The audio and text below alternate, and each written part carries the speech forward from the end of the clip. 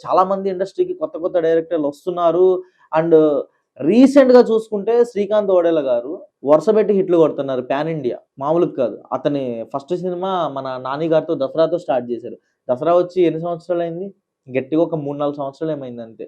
మళ్ళీ ఇప్పుడు ఒక పాన్ ఇండియా మూవీతో వస్తున్నారు. చెప్పలేము. ఎవరి దగ్గర ఎలాంటి టాలెంట్ ఉంటుందో చెప్పలేము. సో, ఇలాంటి ఒక కొత్త రకం కథలను ఎంచుకొని, ఒక కొత్త ఎక్స్‌పెరిమెంటల్ చేసేటువంటి ఇలాంటి డైరెక్టర్స్‌ని మనం ఖచ్చితంగా ఎంకరేజ్ చేయాలి. అప్పుడే ఇండస్ట్రీకి కొత్త స్టఫ్ అనేది వస్తుందనమాట. ఎప్పుడు చూసినా రొట్టలాగా లైకు గాల్లో సుమోలు పేల్చేయడం, రోపులు కట్టుకొని స్టంటులు చేయటము, పెద్ద పెద్ద యాక్షన్ ఫైట్స్ ఇవే కాదు.